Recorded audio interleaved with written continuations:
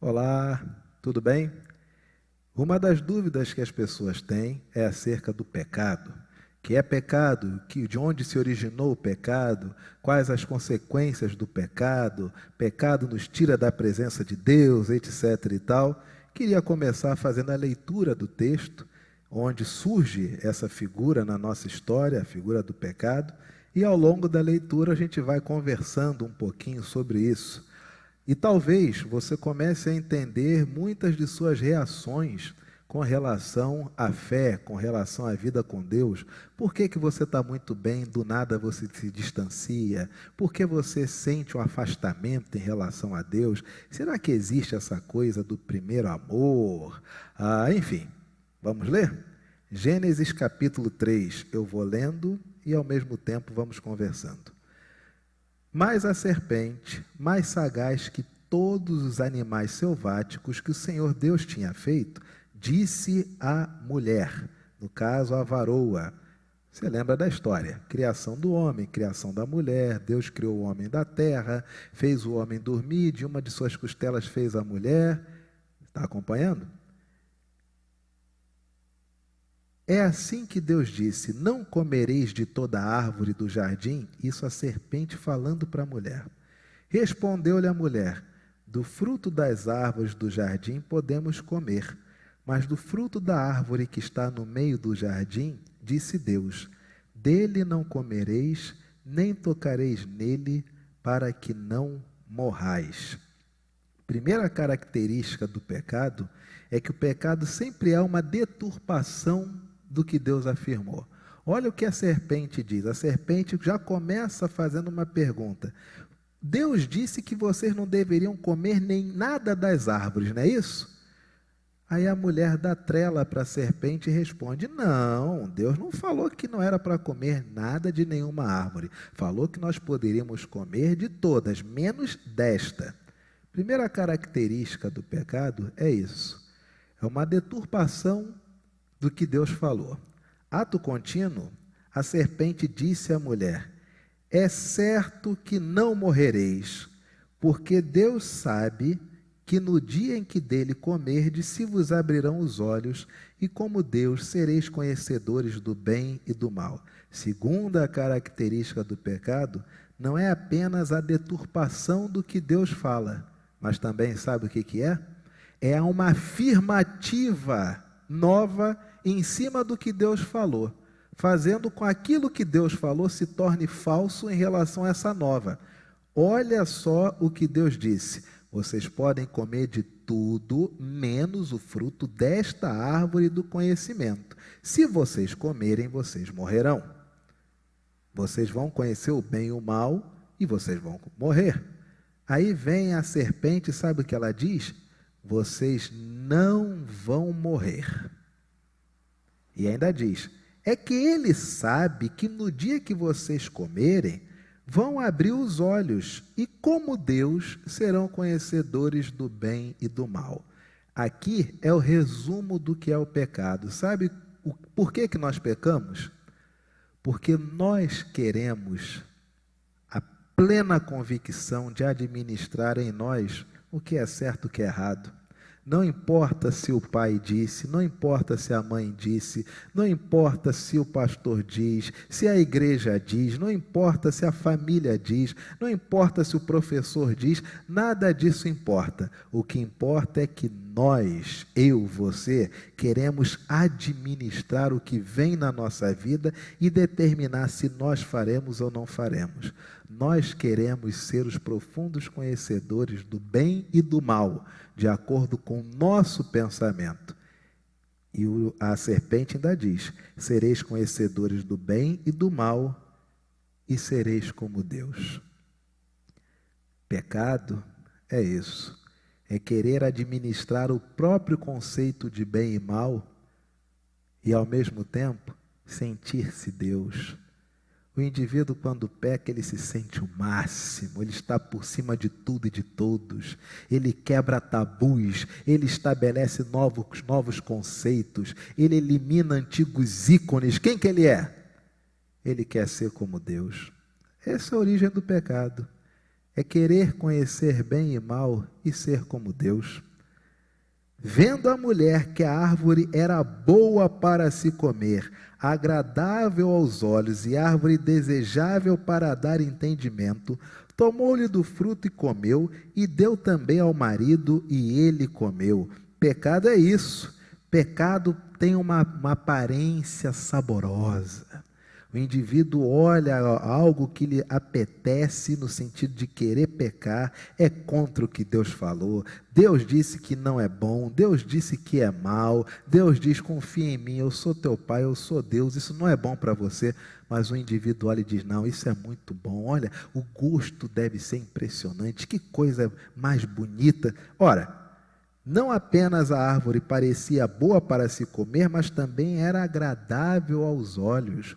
O pecado passa pela via do paladar, é algo que o indivíduo quer saciar. E ao mesmo tempo o pecado passa pela via do olhar, é algo que atrai, que seduz. O Tiago diz: ninguém ao ser tentado diga que é tentado por Deus, porque Deus a ninguém tenta, mas cada um é tentado não pelo Satanás, cada um é tentado por sua própria cobiça, quando esta o atrai e o seduz. Pecado é sedutor. Se você não sair fora, não meter o pé, já era. O pecado foi feito para seduzir e consegue.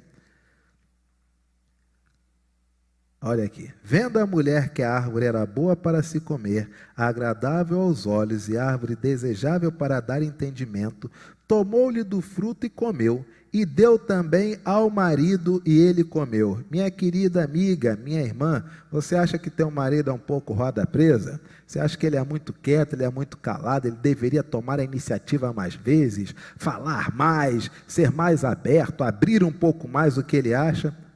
Aí você põe isso, da forma como ele é, você acha que isso foi fruto do pecado? Não.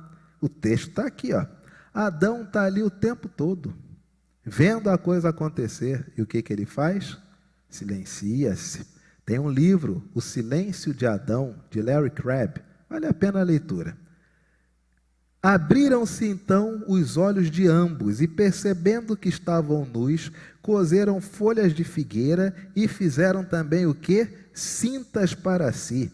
Abriram-se então os olhos de ambos. Pecado, ele traz uma nova visão, uma nova percepção, um novo conceito da realidade. Se antes eu era uma pessoa que me achava pura, agora eu me acho contaminado.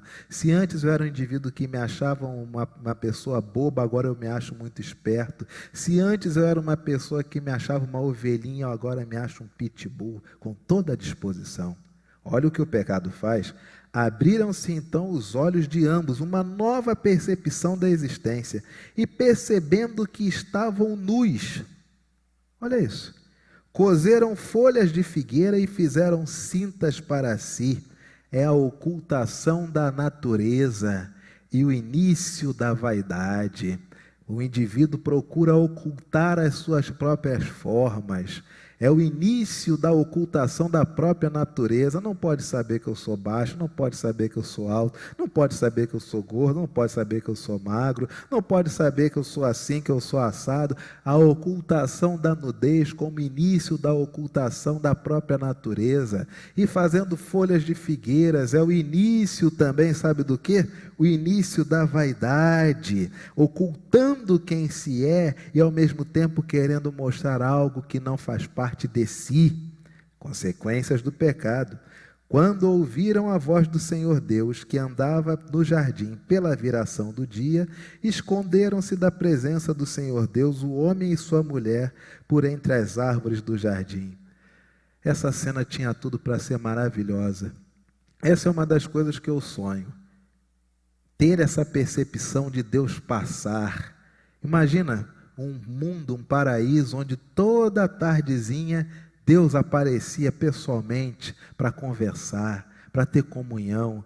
Isso que para nós é um sonho, eles tinham e abriram mão para quererem arbitrar o que é certo e errado de acordo com eles mesmos e para sentirem-se semelhante a Deus. E isso é pecado. E olha o que aconteceu.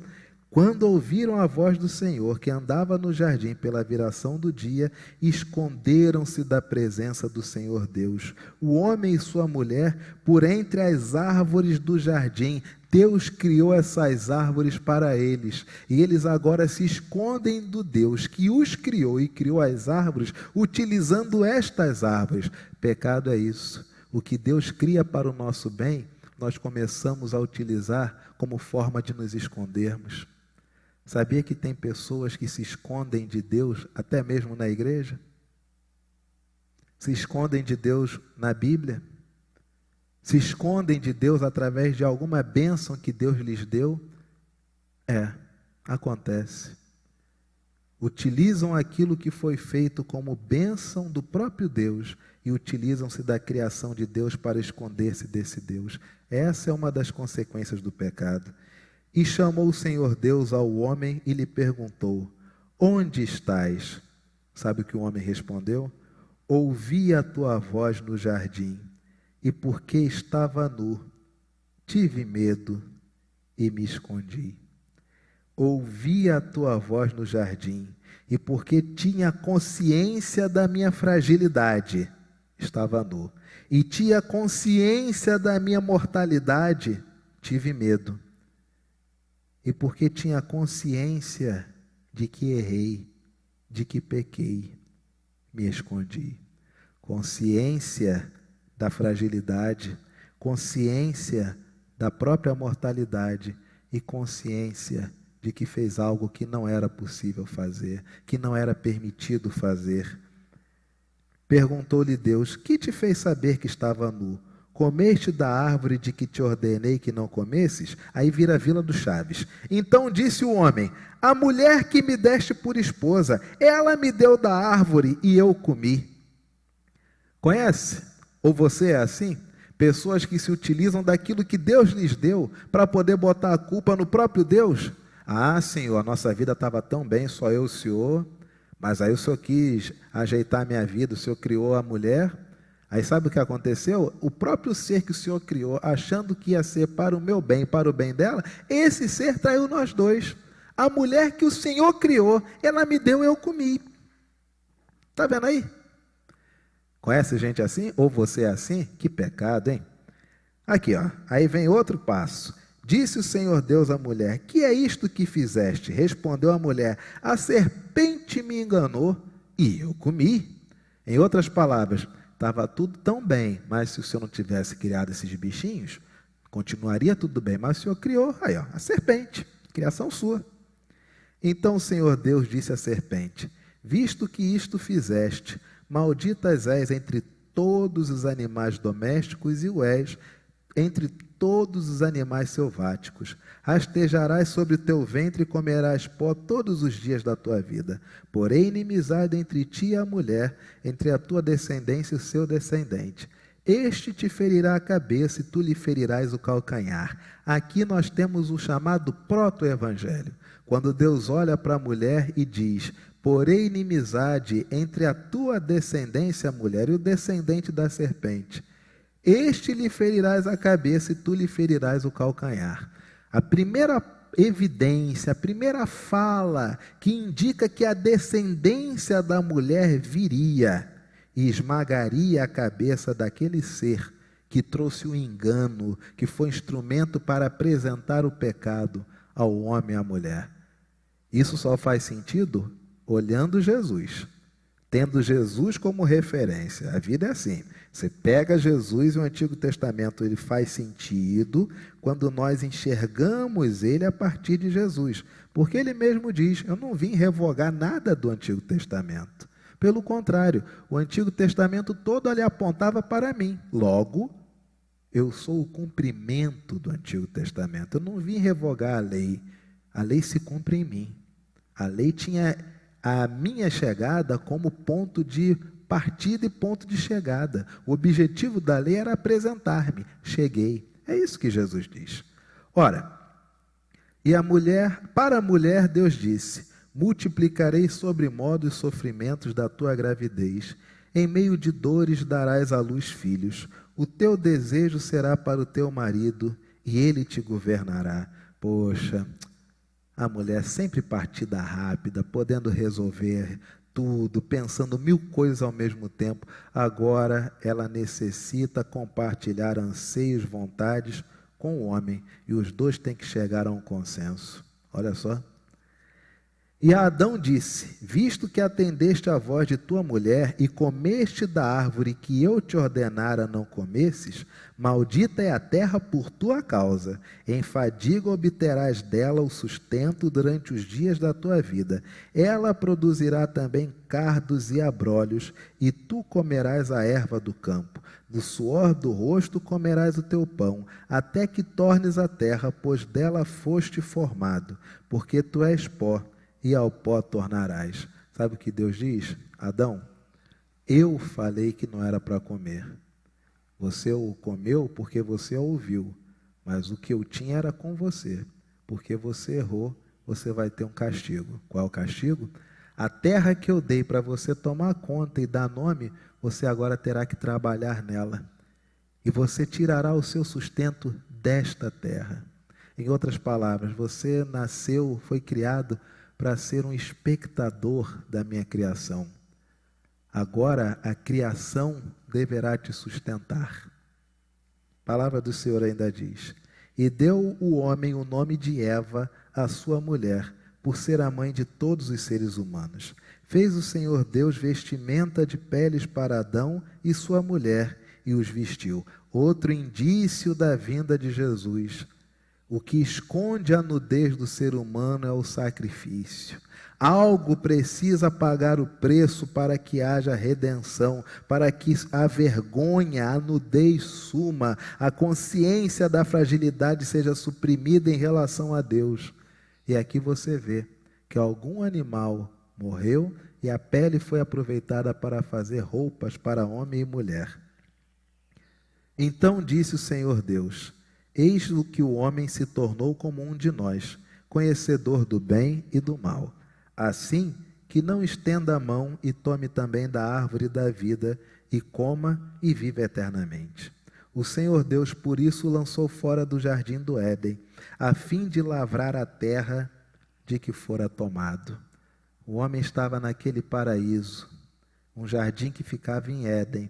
E sabe o que Deus diz? Agora você precisa trabalhar esta terra da qual você se originou para obter o seu sustento. E expulso o homem, colocou querubins ao oriente do jardim do Éden, e o refulgir de uma espada se revolvia para aguardar o caminho da árvore da vida. Pecado? Pecado, ele nos traz uma consciência de fragilidade, uma consciência de mortalidade e uma consciência de erro, uma consciência de pecado, de fatalidade. É possível reverter isso? Você que se encontra muitas vezes afastado de Deus, se decepcionou com tantas coisas, como é que se reverte esse estado? Sente-se expulso da presença de Deus? É possível reverter isso. Sabe como?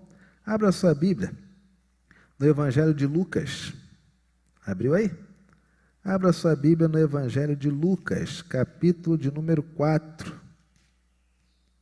Lucas, capítulo de número 4. Se o pecado entrou no mundo por Adão, o pecado perde o seu poder no mundo em Jesus. Jesus, cheio do Espírito Santo, voltou do Jordão e foi guiado pelo mesmo Espírito no deserto. Durante 40 dias sendo tentado pelo diabo, nada comeu naqueles dias aos fins dos quais teve fome. Disse-lhe então o diabo: se és filho de Deus, manda que esta pedra se transforme em pão. Adão queria ser, o homem queria ser como Deus. E agora você tem Deus. E sabe qual é a tentação que o diabo dá a Deus? Achar-se no direito de sentir-se homem. Olha o que o diabo faz com Jesus. Ora, se com Adão ele era um homem, eu tinha que promovê-lo a achar-se no status de Deus, a única forma de tentar quebrar Deus e o plano da salvação ao homem é reduzir Deus ao nível do homem. E o diabo olha para Jesus e diz: se você realmente é o Filho de Deus, o mesmo princípio lá do Éden, a mesma subjetividade, a mesma deturpação. Se tu és o Filho de Deus, manda esta pedra se transformar em pão, consciência de fragilidade. Mas Jesus lhe respondeu, está escrito, não só de pão viverá o homem. Sabe como é que Jesus, ele lida com a tentação do diabo? Primeiro, tendo plena consciência de quem ele é. Ele sabe que ele é Deus. Segundo, Jesus trata a tentação de acordo com o que o Pai disse. O homem não tratou como o que o Pai falou a ele, como Deus falou, ouviu o diabo. Jesus não ouve o diabo, ele fala ao diabo o que o Pai falou a ele. E aí vem a pergunta, por que tantos crentes não vão à escola bíblica dominical? Por que tantos crentes não querem aprender da Escritura? Você acha que realmente você já sabe tudo acerca da Escritura? Porque Deus, ele rebenta com o diabo dizendo o que está escrito. Sabe por que tu apanha do diabo muitas vezes? Tu não sabe nem os textos, não sabe nem o endereço, mas está preocupado com teologia, está preocupado com predestinação, batismo no Espírito Santo. Tudo coisa para inglês ver. Tem que se preocupar com isso aqui, ó. Consciência de fragilidade. Sabe o que o diabo diz? Eu tenho que fazer Deus achar que é frágil. E sabe o que Deus diz? Não só de pão viverá o homem. E muitas vezes você, como crente, vai na igreja e fica preocupado, porque já deu meio-dia, onde é que vai almoçar? Já deu 8 horas, onde é que vai jantar? Fica gastando dinheiro, coisas, somas grotescas, que muitas vezes nem tem, para impressionar as pessoas. Enquanto teu Deus, jejum voluntário, e dizendo para o diabo que nem mesmo a presença de pão para ele era importante, ele abria a mão para continuar mantendo sua intimidade, seu propósito no jejum. A palavra do Senhor ainda diz, e elevando-o mostrou-lhe no momento todos os reinos do mundo. Disse-lhe o diabo, dar-te-ei toda esta autoridade e glórias desses reinos, porque ela me foi entregue e a dou a quem eu quiser. Portanto, se prostrado me adorares, toda será tua. Mas Jesus lhe respondeu, está escrito, ao Senhor teu Deus adorarás e só a Ele darás culto. Sabe o que Jesus ensina para nós? Ele tem consciência de fragilidade, mas não se vende ao diabo para poder comer. Ele tem consciência de quem ele é, ele tem consciência de sua pequenez quanto homem ali. Mas ele sabe que o que há de mais importante no universo para ele é o seu relacionamento com o Pai. Diferente de muitos crentes que se vendem por qualquer tipo de coisas para conseguir seus status. Se vende para cantar, se vende para tocar, se vende para pregar, se vende para ser chamado para a casa dos outros. Viram fofoqueiros, viram vaidosos, se vendem por qualquer besteira para sentirem-se alguém. E aí vem Jesus, 100% Deus em forma humana. Sabe o que ele diz? Diabo, você me mostrou todos os reinos desse mundo, mas está escrito, somente ao Senhor Deus adorarás e só a Ele darás culto. Em outras palavras, diabo, o que você faz com o homem é isso. Você dá todas as coisas e o homem passa a adorar essas coisas, achando até que foi Deus quem deu. Mas Jesus diz, diabo, comigo não. A palavra do Senhor ainda diz, então o levou a Jerusalém e o colocou sobre o pináculo do templo e disse, se és o Filho de Deus, atira-te daqui abaixo, porque está escrito, aos seus anjos ordenará a teu respeito que te guardem, e eles te susterão nas suas mãos, para não tropeçares em alguma pedra. Respondeu-lhe Jesus, dito está, não tentarás o Senhor teu Deus. Olha a proposta do diabo. Você vai até ali, ó, se joga, os anjos vêm e te salvam. Um espetáculo maravilhoso. Não precisa nem morrer, todo mundo vai olhar e vai dizer, ih, é o próprio Deus. Ora, os anjos vindo carregar esse homem é o próprio Deus, só pode. Mas respondeu-lhe Jesus, dito está, não tentarás o Senhor teu Deus. Deus encarnado, em figura humana, na forma de Jesus Cristo, não colocou o Pai em tentação. Mas o crente, meu amigo, Ixi, o crente tenta a Deus toda hora. É passar por rua que ele sabe que é perigosa. É beber coisa que ele sabe que não pode beber porque vai fazer mal. É comer coisa que ele sabe que não pode comer porque vai atacar a pressão. É tentar enxergar no escuro. Ele fica o tempo todo tentando Deus, dizendo o quê? Deus em mim é maior. Jesus não tinha essa pretensão. Passadas que foram as tentações de toda a sorte, apartou-se dele o diabo até momento oportuno. Sabe como que nós vencemos o diabo? Fazendo como Jesus está escrito. Conhece a Bíblia? Como é que você lê a Bíblia? Quantas vezes você lê as Escrituras? E o mais importante, que conhecimento de Jesus você retém das Escrituras? Você está lendo as Escrituras e está aprendendo de Jesus? Ou volto a repetir, você só quer discutir teologia? Conhecimento teológico é formidável, mas não é suficiente para a salvação. O que você quer? Ser salvo de si mesmo e ser salvo para Deus? Ou você quer ficar dialogando teologia no meio de doutores? E isso não influencia em nada a sua vida, nem altera a realidade das pessoas que estão ao seu redor. O que é que você quer? Meu irmão, minha irmã, faça como Jesus, não faça como Adão, não faça como Eva, não faça como a serpente. Que Deus te abençoe, que Deus te ilumine. Até o próximo vídeo. Como eu já disse, meu nome é Anderson Dias de Abreu, eu sou pastor e atualmente pastoreio com muita alegria a Igreja Presbiteriana da Tijuca, Rua Alzira Brandão, 135. Se você recebeu essa mensagem por zap, agradeça a pessoa que te enviou.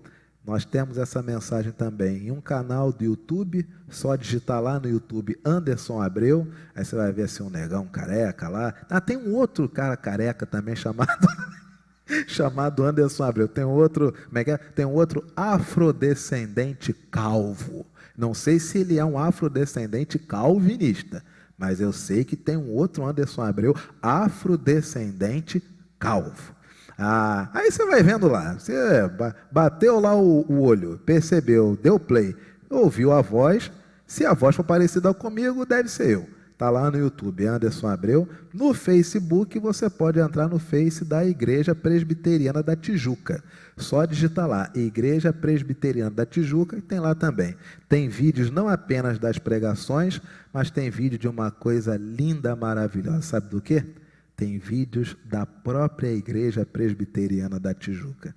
Nossas crianças, nossa membresia, uma igreja maravilhosa. Mas vou parar por aqui que eu já falei demais. Deus te abençoe, até o próximo vídeo, até o próximo áudio, até a próxima mensagem, se Deus assim permitir. E por gentileza, quando você lembrar, ore por mim. Preciso muito das suas orações. Deus te abençoe, fique com Deus, até o próximo encontro. Tchau.